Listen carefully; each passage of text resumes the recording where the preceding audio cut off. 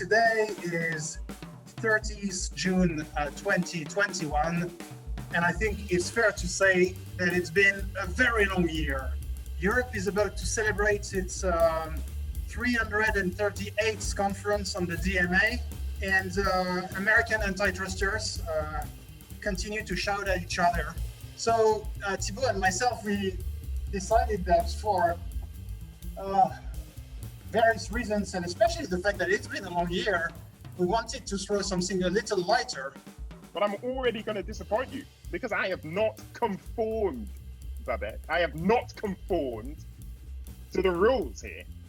I've been told academic articles, and somehow implicit in that question was journal article. But at number 3, forget the journal article, Festschrift, Liber Amicorum, Francis Jacobs. In at number 2, a close second, is a paper by Duncan Kennedy, a critical legal scholar. The stages of decline of the public-private distinction. A powerful idea, many applications, enduring quality. Hirschman, my number 1 choice, and I'm sure, Twitter, the entire planet is going to agree, it is the top text.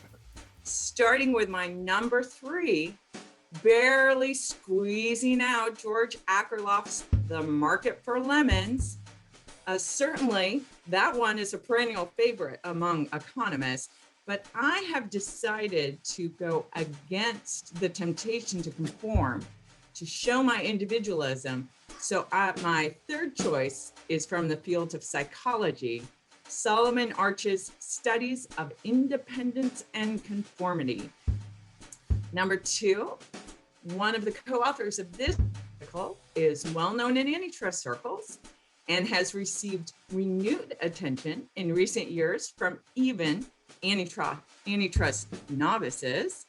But besides adding to the field of antitrust, this author has brought us many hits, such as Sunshine is the best disinfectant, and is one of the United States fathers of privacy law.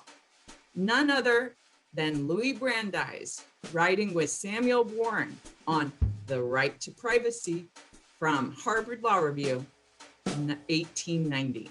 So it's time for me to click my ruby slippers and go back to the field of law and economics, where I find my number 1, Ronald Coase, The Problem of Social Costs, Journal of Law and Economics, 1960. All right, so I'm told it's time for surprise number 2, because what we're going to do is to play a music quiz.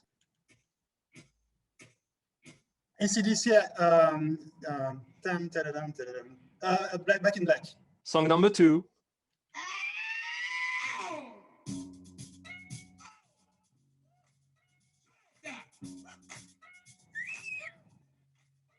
Is that James Brown?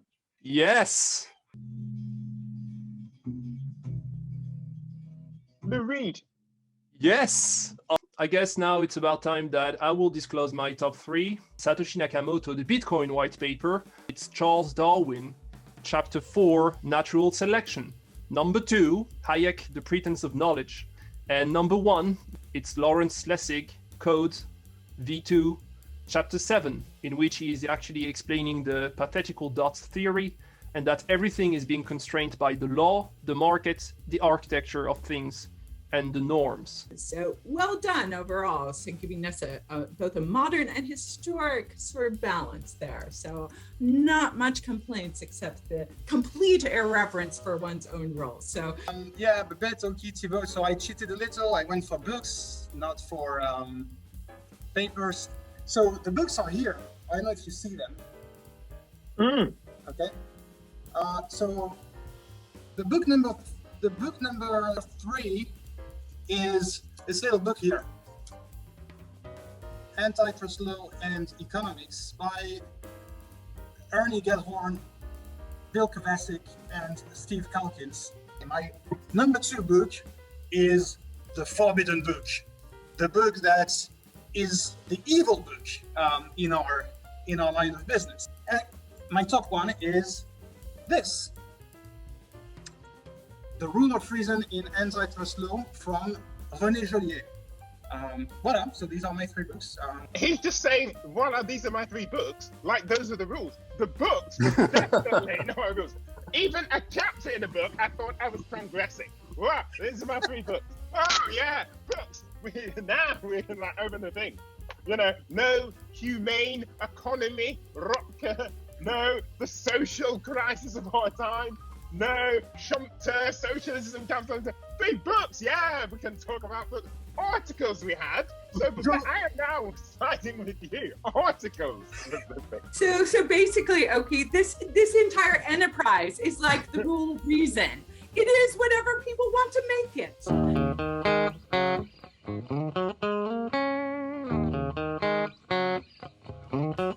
Oki, myself, Thibaut, and Babette, we had to provide a list of 3 articles that we really liked, academic articles, and Today we're going to discuss something which is a bit different, and so we're going to try our best to come up with a list of best advice to young researchers, especially.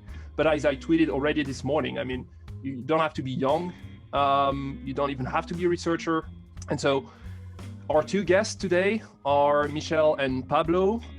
My top advice, and I know you said to go backwards, but I think this one's actually the most important one, is to ask for help. Because I know when I first started, I very much had the notion I never wanted to be a burden to my senior faculty or to my colleagues. I wanted to show that I could figure things out on my own, but all that led to me doing is, you know, banging my head against the wall and not being very successful. It has the advantages, once people have helped you, they've invested in you and they care about your future.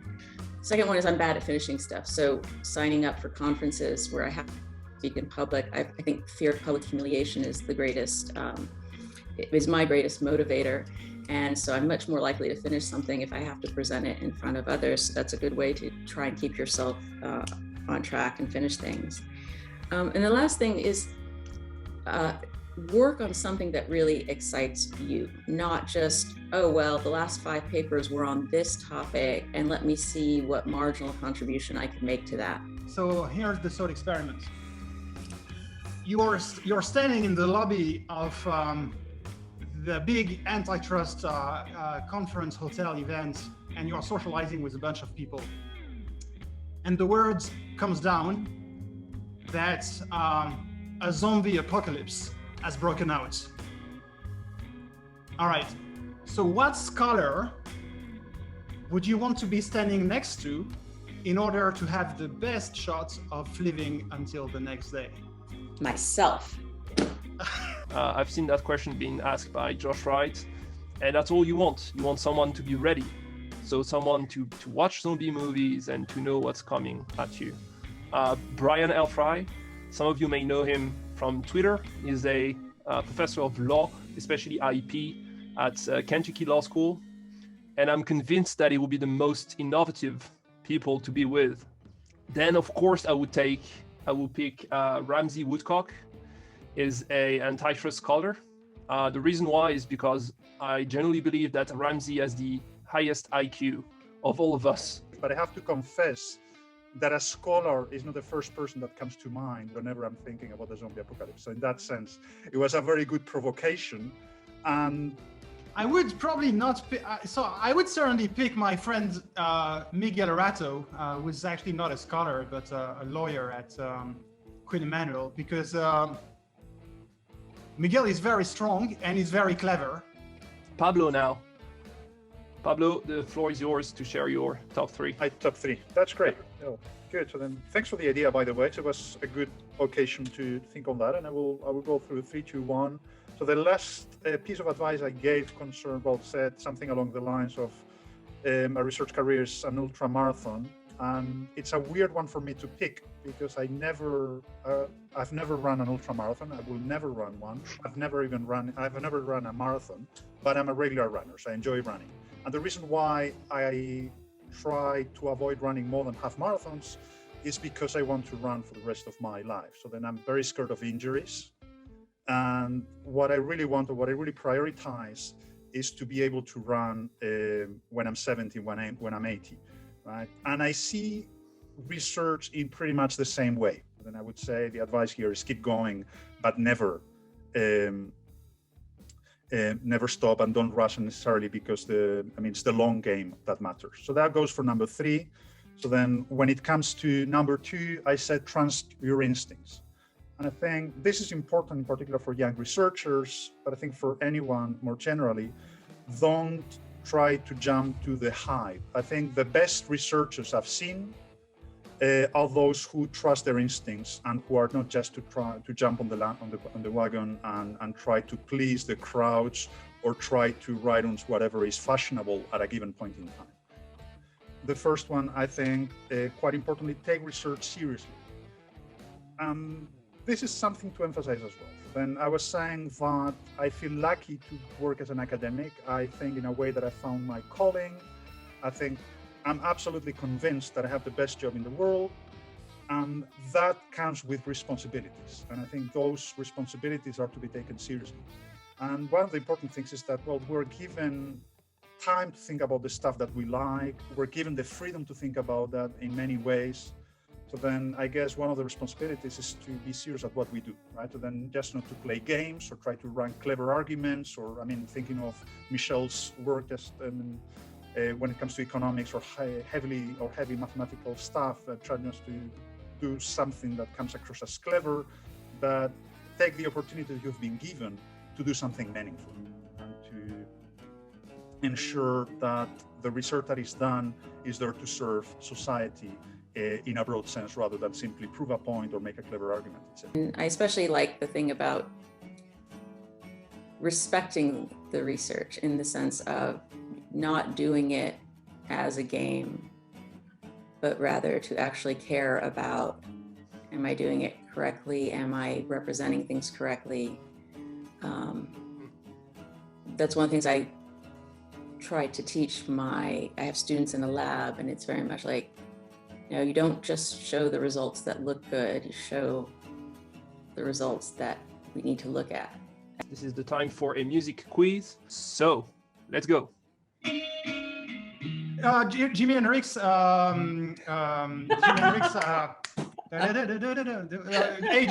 Hey Joe. Stevie Wonder, Stevie Wonder. No. Oh, you were too good.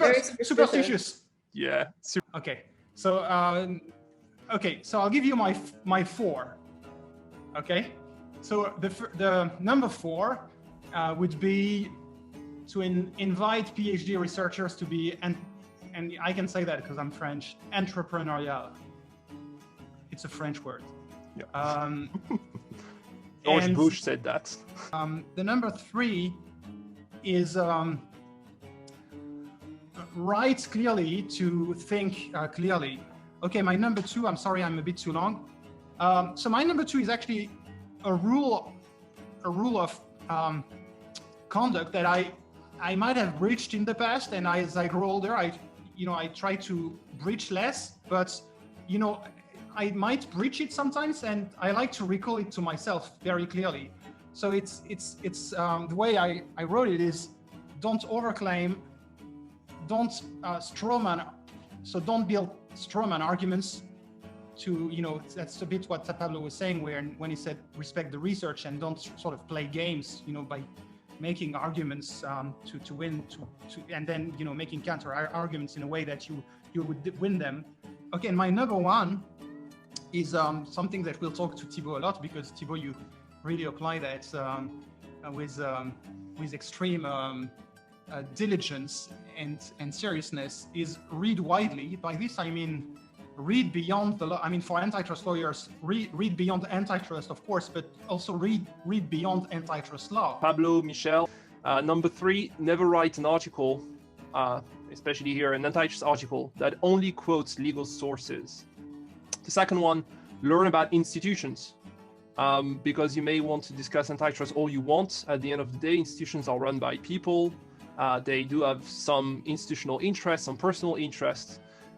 Same is true when it comes to the companies, operating on the markets. Those are black boxes run by people. And so it might be always good to remind ourselves what's possible in practice knowing that we do have this institutional environment, and potentially you may argue that we should change it, but it's very important to start from institutions such as they are. So that will be my second one.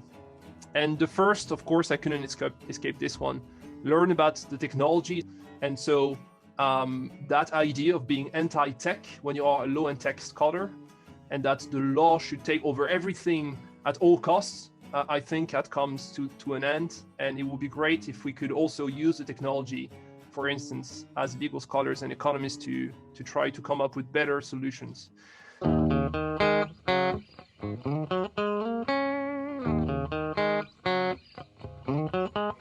We are sort of closing with the grand finale here. We're gonna, have a bunch of surprises and probably more, technical or substantive discussions about the state of our field and what we should do in the field.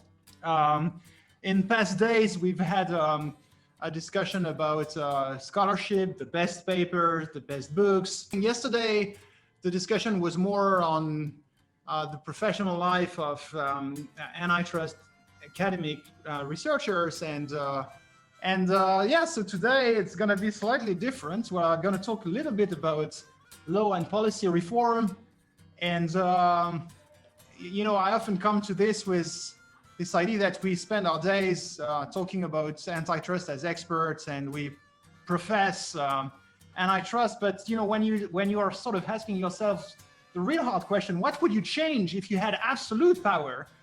It's very hard to come up with something that's going to move the needle and be practical at the same time. Today, we are also wearing beautiful t-shirts, I suppose, like we did yesterday and 2 days ago. So Nicolas, if you can show the t-shirt you are wearing, if it's the same as yesterday, no. No, but no one knows that. It's an Australian death metal band. It's pretty brutal, but it's pretty good. I thought about wearing this one, The Kramer. You would recognize the reference if you've seen the best TV show of all time, Seinfeld. But instead, I've decided to wear another t-shirt. That t-shirt has a US flag, and it looks like a bit like a sad picture. And here's why I'm wearing this t-shirt. When you go to conferences those days, and when Bill is on the panel, people would say, well, you know what? The US antitrust is not leading because you've been too lenient, you've been obsessed with prices, and Europe is doing much better than you are in the US, and now we are the leader. And if Bill is on the panel, Bill would answer one of the best answers that I've heard in years. Bill will give you the name of a few cases decided by the FTC in the early 2000s. And those cases are unknown to most of us because we tend to ignore the history of our own field, except for Robert Bork and Brandeis.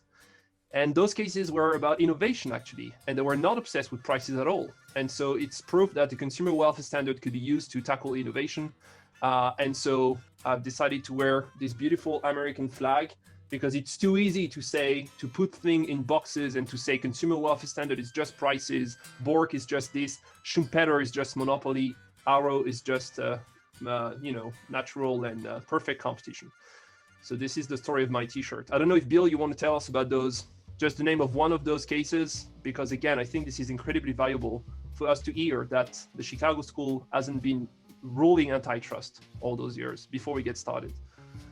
Yeah, it's a case that the FTC developed when I was there as general counsel from 2001 through 2004. More and more house buyers and sellers were able to do the due diligence work very effectively online that a real estate agent had done before. The incumbent business model tried to join arms and prevent access to multiple listing services that are essential to being part of the network that allows you to gain information about what's taking place, what's for sale, where it's for sale, who's selling it. And we challenged the restriction. I would like to think that if you stripped out some of the institutional detail and put that hypothetical in front of any audience you want and say, is that a good case? Is that innovation? I think they would say, yeah. In what part of Europe was that case brought? No, that was the Federal Trade Commission in the 2000s, the era of the wasteland when nothing good happened and it was all awful. And starting from my third choice, That would be the idea of participative antitrust. It's an idea that Jean Tirole has brought up a few years ago. The second thing I want to highlight is the broader topic of economic formalism. So we assume that the firm is a unitary entity, and we don't distinguish between all the sub-actors that act within corporate governance, for example, shareholders or managers, at least from a competition and industrial organization perspective. Perhaps we could consider, bringing in, as I said, more reality into economic analysis. And my last pick for today, we use the concept of corporate control, the change in corporate control, especially in Europe, as a proxy for market control. And that's why we use market shares and things like that when we do the analysis of mergers. So perhaps this, sophistication and evolution of these control concepts has benefits, but also creates under-enforcement, perhaps.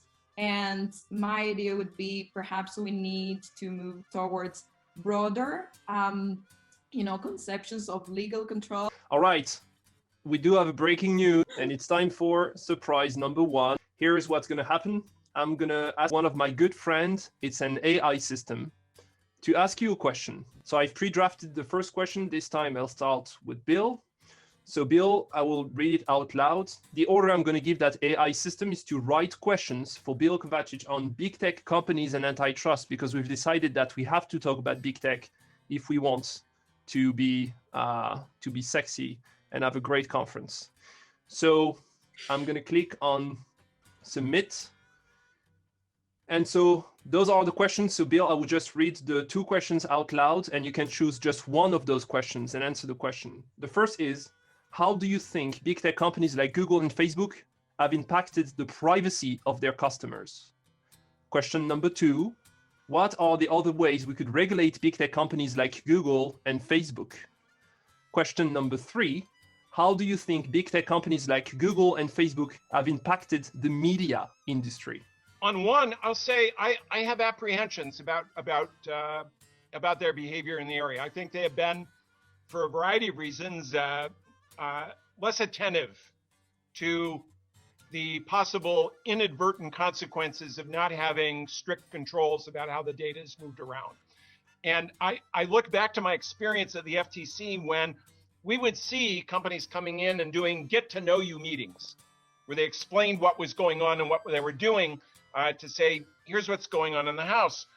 And it was apparent that in that period of extraordinary growth and development, say from 2000 up through to 2011, when I left the FTC, part of their view is we are trying new things all the time.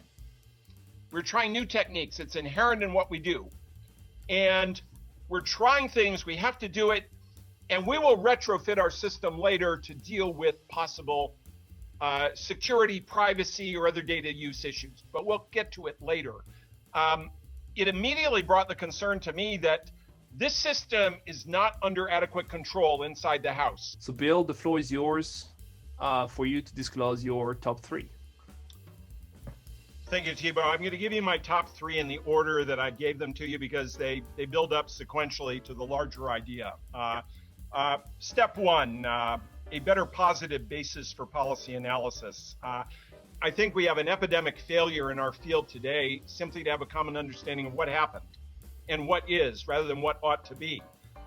And a cause of it is that competition authorities don't maintain particularly good data sets on what they've done that allow you to observe both aggregate levels of activity, but also to see what individual activities or events go into the data set, and to build the data set over time so you can observe what happened at any one moment, but to see trends over time, accessible, more complete data sets. Second, I think each agency ought to have someone who is basically a historian, who has a view and understanding of what the agency has done over time.